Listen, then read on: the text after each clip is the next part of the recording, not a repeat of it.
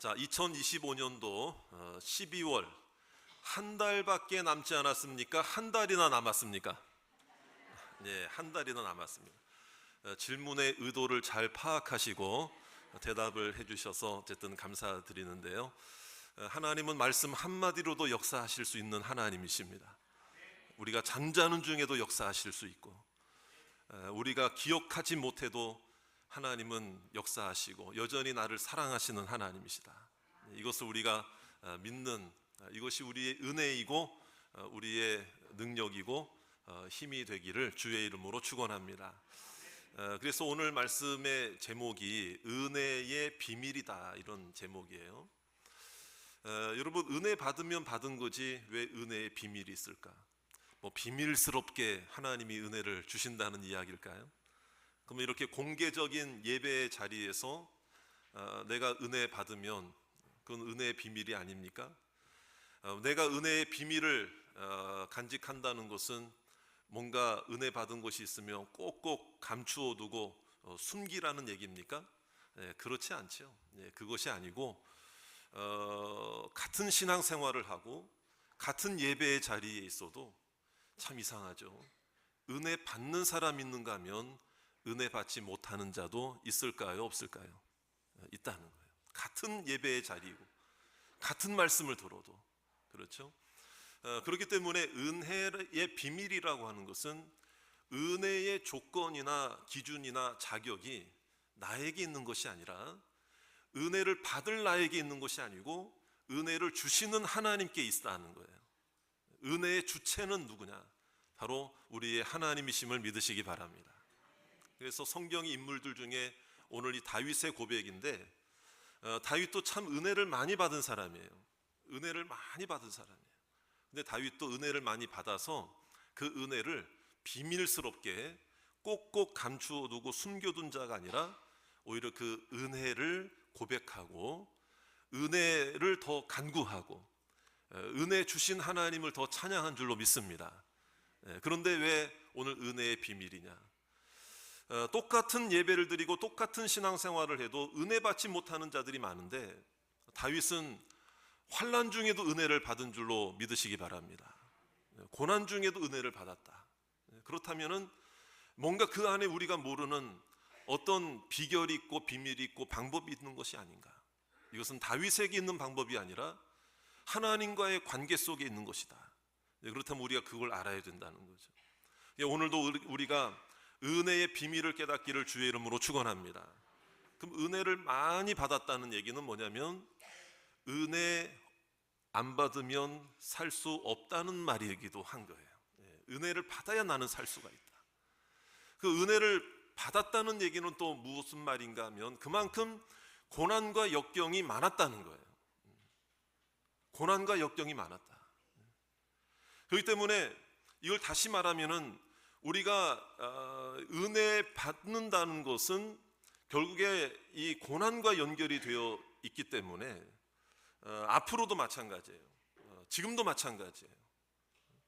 내게 어떤 고난이 있고 힘든 일이 있을 때 우리는 반대로도 생각을 해야 돼요. 하나님이 내게 주실 은혜가 많이 있구나. 믿습니까?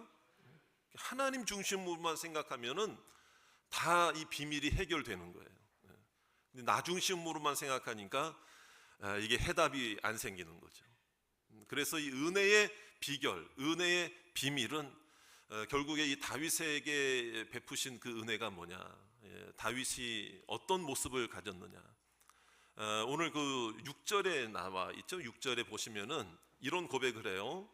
내가 하나님께 부르짖는다, 이런 고백을 해요. 한번 저를 따라 합시다. 하나님께 부르짖었더니. 그렇습니다. 하나님께 부르짖었다. 다윗이 34편, 시편의 34편 6절에도 똑같은 고백을 하고 있거든요. 이 곤고한 자가 부르짖음에 하나님이 나의 환난에서 나를 구원하셨도다. 그 고백을 하고 있어요. 그러니까 은혜를 많이 받는다는 것은 그만큼 또 어려운 고난 속에서 하나님이 은혜를 주신다, 이런 건데, 그 비결의 실마리가 뭐냐면 부르짖는 거다, 이 말이에요. 하나님께 부르짖는다. 그럼 여기서 부르짖는다라고 하는 것은 단순히 뭐 큰 소리로만 외친다는 의미가 아니라 어떤 의미가 있는가 하면은 절실하게 하나님 앞에 내 마음을 쏟아 놓는다, 이런 마음이 있는 거예요. 이런 표현이 마음을 쏟아 놓는다.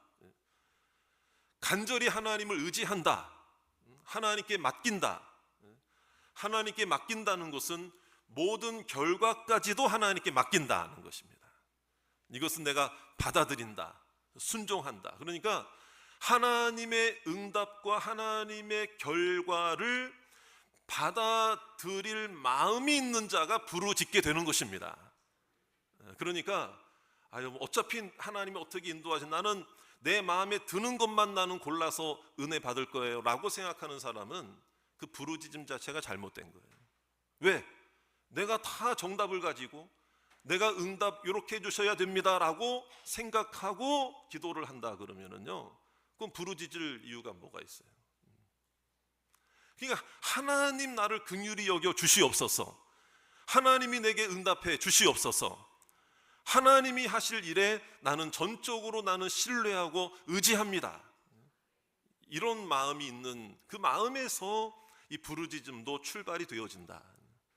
그럼 다윗이 어떤 마음으로 부르짖었는가가 은혜의 비결이에요. 부르짖는다는 것은 은혜의 비결의 실마리이고, 정말 그 부르짖는 건 뭘 부르짖었을까? 어떤 마음으로 부르짖었을까? 다윗도 우리의 모습과 별반 다를 바가 없었어요. 다윗도 부족한 자였고, 연약한 자였고, 실수하는 자였고, 실패를 거듭한 자였고. 그러니까 여러분, 우리도 그럴 때가 있잖아요. 갑작스러운 어려운 일을 만나면 어떻게 하지? 이런 마음이 들잖아요. 이런 마음. 그래서 다윗도 오늘 어떤 고백을 하고 있는가 하면요, 3절부터 한번 보세요. 원수라는 말이 나옵니다. 원수. 이건 사람들, 나를 힘겹게 하는 그 사람들의 어려움, 사람들과의 관계 속의 어려움이에요. 어려움. 사람들. 그 다음에 4절에 보세요. 사망이라는 말이 나오죠. 어떤 죽음의 위기죠. 불의의 창수라고 그래요. 창수가 뭡니까, 여러분? 창수가 뭡니까? 김창수, 박창수, 이창수입니까? 그 창수가 사람 이름 창수가 아니고 갑자기 불어나는 물결, 거센 물결, 급류, 이런 걸 말하는 거예요. 이게 불의의 물결이라는 거예요. 불의의. 의의 물결은 우리에게 그래도 축복의 강수가 될 수 있는데, 불의의 급류, 불의의 창수라는 건 뭐냐면 이 악의 세력들이 나를 가만두지 않는 거예요. 나는 그래도 좀 신앙생활 하면서 하나님 뜻대로 살려고 하는데 옆에 있는 사람들이 나를 가만히 안 놔두는 경우가 있어요, 없어요? 반대로 나도 옆에 있는 사람을 가만히 안 놔두려고 할 때가 있어요, 없어요? 여러분 상처만 받습니까? 아니면 나도 상처를 주기도 합니까? 상처를 주기도 하잖아요. 그러니까 이게 이제 우리가 인간은 하나님 안에서, 하나님 앞에서 이게 완전한 인간이 없다. 이게 조금만 어려움을 당해도 마치 그냥 큰 물결에 휩쓸려 내려가는 것과 같은 그런 마음들, 그런 마음. 자, 그 다음에 스올의 줄, 스올이라는 말은 음부의 권세, 더 직역을 하면 지옥입니다. 지옥. 뭐 다윗이 지옥에 떨어졌다 이런 얘기가 아니라 그만큼 이제는 지옥에 떨어지면 이제는 가망이 없는 거잖아요. 그런 것처럼 내 인생 도무지 이거 뭐 가망이 없구나, 이런 마음이 이 다윗에게도 그런 마음이 들 때가 있었다 하는 거예요. 이런 것들을 이제 종합해 본다면은 다윗도 이런 마음을 가지고 있었다는 거예요. 어떻게 하지? 그냥 뭐 단순한 그 말로 그냥 단순하게 어떻게 하지? 이게 아니고요. 어떻게 하지? 여러분, 그런 때가 있다. 그런 마음이 들 때에 하나님, 그런 마음을 가지고 하나님께 부르짖는다는 것은, 여러분, 이미 그것은 내가 정답을 가지고 부르짖을 수 있는 단계가 아니에요. 그거는 그 정도 마음을 가지고 부르짖는다는 것은 하나님밖에 소망이 없습니다. 하나님이 내 정답입니다. 하나님이 나의 구원자입니다. 정말 그렇게 말하는, 그렇게 고백하는 사람이 어디 가서 도움을 요청 안 했겠어요? 세상에서 어디서 도움을 구하지 않았겠어요? 안 되는 거예요. 그래서 하나님만이에요. 하나님만, 오직 하나님만. 이게 우리도 마찬가지라는 거예요. 여러분, 정말 어떻게 할까?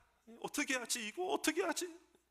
그런 마음이 있을 때 여러분, 하나님께 부르짖는 것으로 응답의 은혜의 실마리로 삼고 하나님께 그 마음으로 부르짖기를 주의 이름으로 축원합니다. 그래서 그냥 부르짖는 것이 아니라 어떤 걸 부르짖었느냐?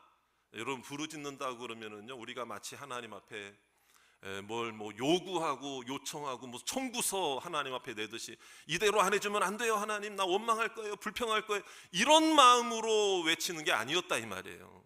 이게 아니라 여러분, 1절에 그 비결이 있습니다. 그 비밀이 있습니다. 1절 다윗은 어떻게 부르짖느냐, 뭘 부르짖었느냐. 자, 우리 1절 말씀 다 같이 읽겠습니다. 시작. 나의 힘이신 여호와여, 내가 주를 사랑하나이다. 할렐루야.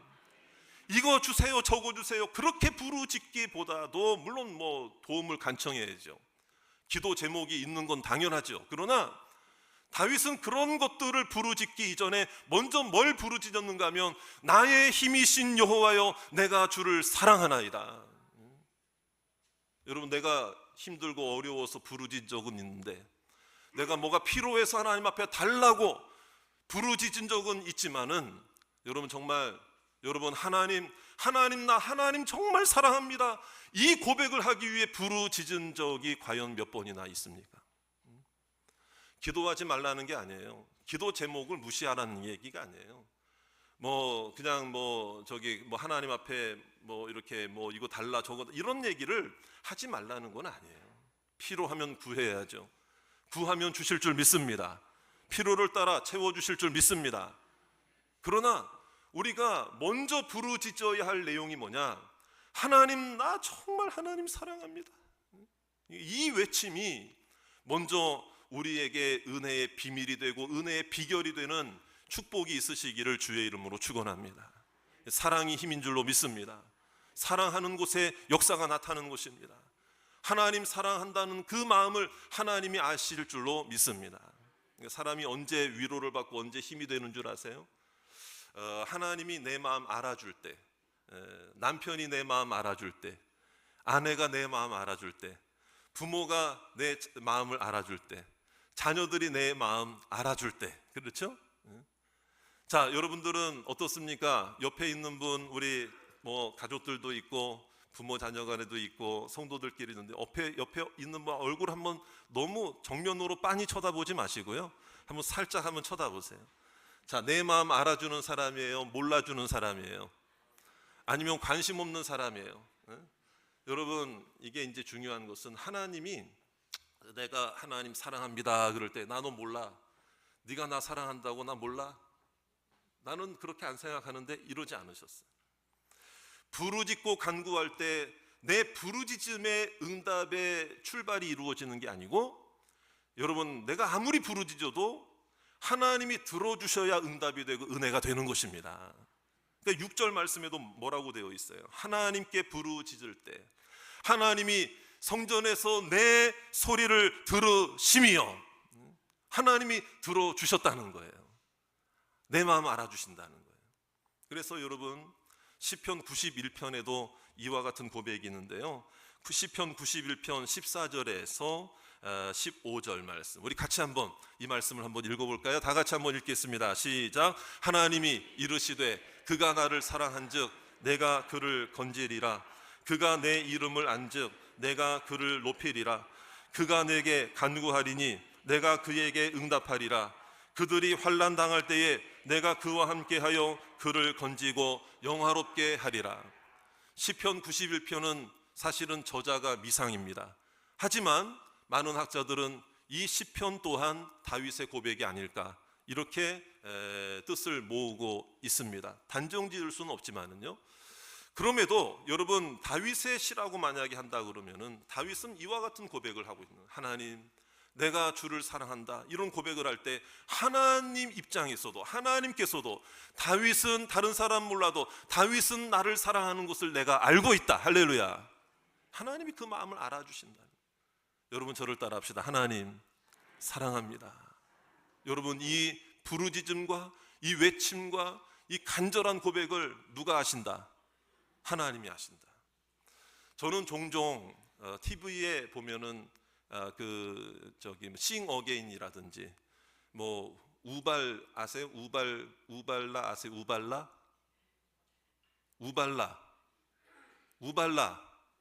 모르세요?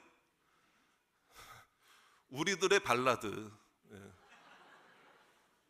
우발라, 우리들의 발라드 오디션 프로그램이 있습니다. 또 모르셨더라도 뭐 요걸 한번 듣고 또 한번 볼 수도 있겠죠. 그런데 이제 오디션 프로그램 한 번씩 이렇게 보면은요, 이제 노래를 해요. 노래를 딱 해.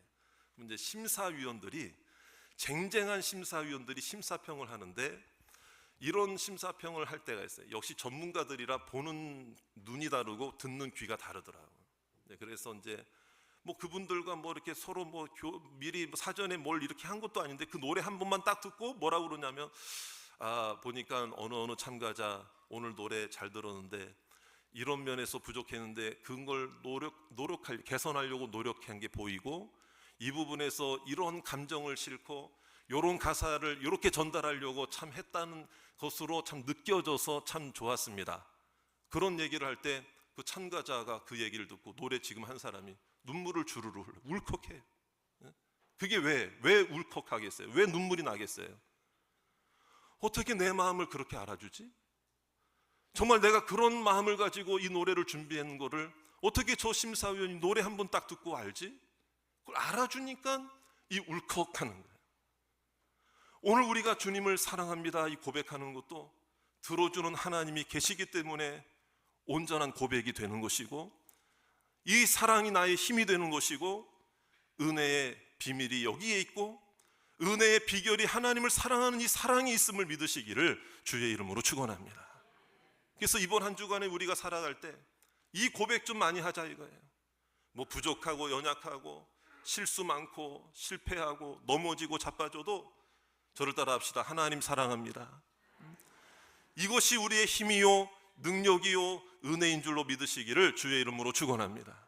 그 하나님이 나를 들어주시고 응답해 주신다. 그래서 이 다윗은 앞으로 지금의 고난과 역경을 보면서 낙심하고 불평하는 마음으로 하나님 이거 해주셔야죠. 어떻게 나를 이렇게 내버려 두세요. 막 이러면서 그냥 하나님 앞에 불평 원망에 부르짖음으로 고백한 게 아니라, 이미 받은 은혜를, 지금 현재 나에게 주신 그 은혜를 하나님이 어떤 분이라는 것을 고백하고 있는 거예요. 그래서 2절 말씀에도 한번 읽어봅니다. 2절 말씀 다 같이 읽겠습니다. 시작. 여호와는 나의 반석이시요 나의 요새시요 나를 건지시는 이시요 나의 하나님이시요 내가 그 안에 피할 나의 바위시요 나의 방패시요 나의 구원의 뿌리시요 나의 산성이시로다. 아멘. 믿습니까? 힘들 때 이 고백을 했다 이 말이에요.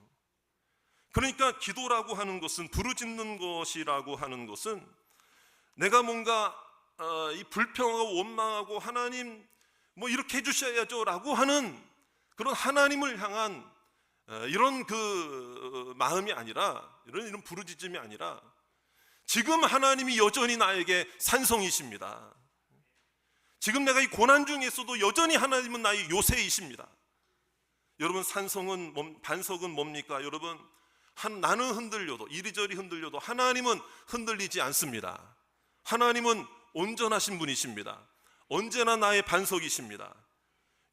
요새는 어느 누구도 공략할 수 없는, 세상의 공격을 받지 않는 그 하나님의 요새, 하나님의 은혜, 지금으로 말하면 복음을 의미하겠죠. 예수 그리스도의 보혈을 말하는 것입니다. 예수님의 부활의 승리를 말하는 것입니다. 예수님을 나의 구주로 영접한 자는 하나님이 지켜주실 줄 믿습니다. 보호하실 줄 믿습니다. 잠시 넘어져도 일어나게 하실 줄 믿습니다. 나를 건지시는 이 구원의 하나님, 여러분 피할 바위, 내 피난처, 안식처가 되신다. 오늘 이 예배 시간이요, 피할 바위가 되기를 주의 이름으로 축원합니다. 오늘 예배 드릴 때 모든 걱정 근심이 사라질 줄로 믿습니다. 하나님이 해결해 주실 것을 분명히 믿으시기를 주의 이름으로 축원합니다. 구원의 뿔, 승리한다. 나는 이긴다. 나는 일어난다. 산성이라는 것은 내 삶의 인생의 울타리가 되어주신다. 인생의 울타리가 되어주신다. 새어나가지 않게 하신다. 하나님이 나를 이 예배 가운데 붙잡아 주신다. 여러분, 나는 이리저리 흔들려도 실패하고 실수하고 넘어져도 반석이신 하나님이 나의 하나님이시기 때문에 그 사실을 외치시기 바랍니다. 하나님을 인정하시기 바라요. 그러면 하나님이 나에게 은혜를 베풀어 주시는 것은, 이 은혜라고 하는 것은 덮어준다는 의미가 있죠. 기다려준다는 의미가 있죠. 그냥 단순히 봐준다는 의미가 아니라 다시 기회를 주시고 나에게 소망을 주시고, 여전히 나는 너의 아버지다, 여전히 나는 너의 하나님이다, 여전히 너는 나의 자녀다. 믿습니까? 이게 은혜 아니겠습니까? 이게 은혜 아니겠습니까? 여러분, 지금까지 살면서 실수하신 적 많으세요? 없으세요? 실패도 경험하셨죠? 고난도 많으셨죠? 힘든 일도 많으셨죠? 자, 여러분, 사람이 실수 안 하는 사람 있을까요? 고난이 없는 사람 있을까요? 자, 저도 실수 참 많이 했어요. 목회를 하고 이렇게 할 때, 자, 여러분 보시기에 저도 실수 많이 한 것 같아요? 안 한 것 같아요? 예? 저도 실수했을까요? 안 했을까요? 그래요. 했는데 너무 또 그게 크게 대답하시면 실수한 거 많아요. 그런데 은혜로 여기까지 왔다, 은혜로 덮어주셨다, 이런 생각들이 많이 들 때가 많아요. 제가 이제 우리 교회 담임 목회를 한지 이제 11년째가, 내년이면 만으로 11년째가 되고 횟수로는 12년째가 내년이면 되는데, 제가 사실 우리 교회 전도사로 부임을 해서 강도사, 절도사가 아니라 강도사 되고, 목사 안수를 우리 교회에서 제가 받은 거 여러분 다 아시죠?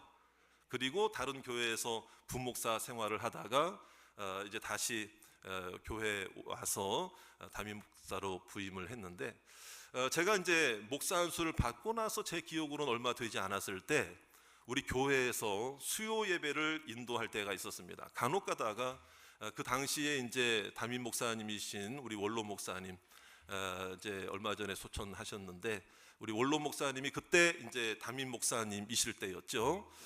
외부에 말씀 전하실 일이 있어서 그때 수요 예배를 제가 처음부터 다 이제 인도를 할 때였습니다. 그런데 목사 안수를 받은 지 얼마 안 되었던 때로 기억이 돼요.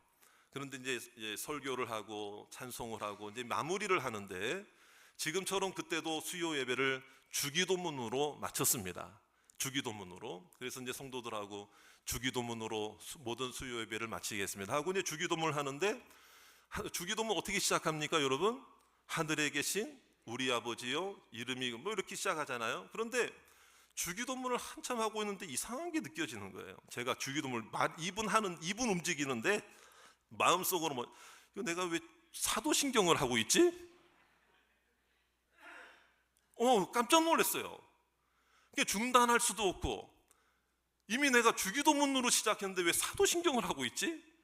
야, 이게 대형 사고가 터진. 그래서 끝까지 어쨌든 마무리는 하고 보자 해가지고 끝까지 했어요. 나중에 이제 생각해 보니까 왜 이게 바뀌었을까, 이렇게 된 거, 제가 생각해 보니까 이렇게 된 것 같아요. 하늘에 계신 우리 아버지여, 이름이 거룩히 여김을 받으시오며 그 외아들 우리 주 예수 그리스도를 믿사오니 이는 성령으로 뭐 이렇게 해서 아마 이제 된 것 같아요. 진짜 이거 대형 사고가 터진 거야. 근데 제가 중단할 수 없었던 거를 중간에 뭐 하고 또 다시, 너무 또 이게 또 말이 안 되잖아요. 그런데 너무 신기한 거는 모든 성도들이 다 따라하고 있어.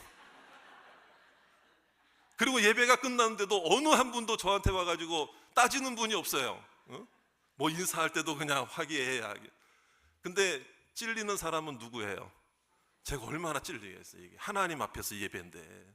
그래가지고 제가 이실직고를 해야 되겠다 해가지고 앞에 이제 그때 예배 같이 드려준 장로님 한 분 계셔가지고 장로님한테 이실직고, 장로님 제가요 사실은 주기도문으로 시작했는데 사도신경으로 끝났어요. 그랬더니 장로님이 하는 얘기가, 그랬어요? 장로님도 모든 게 완전 범죄로 지금 다 이제 나만 이제 입 딱 물고 있으면은 되는 그런 실수, 뭐 실수 많이 했죠. 심지어는 어느 교회는 대신방을 하면 하루에 20가정을 신방해야 돼요. 하루에 한 가정씩 30분 단위로. 새벽부터 밤 10시, 11시까지 신방을 해요. 그러면 피곤해. 아무리 30대 초반에 젊은 목사라 하더라도 피곤해.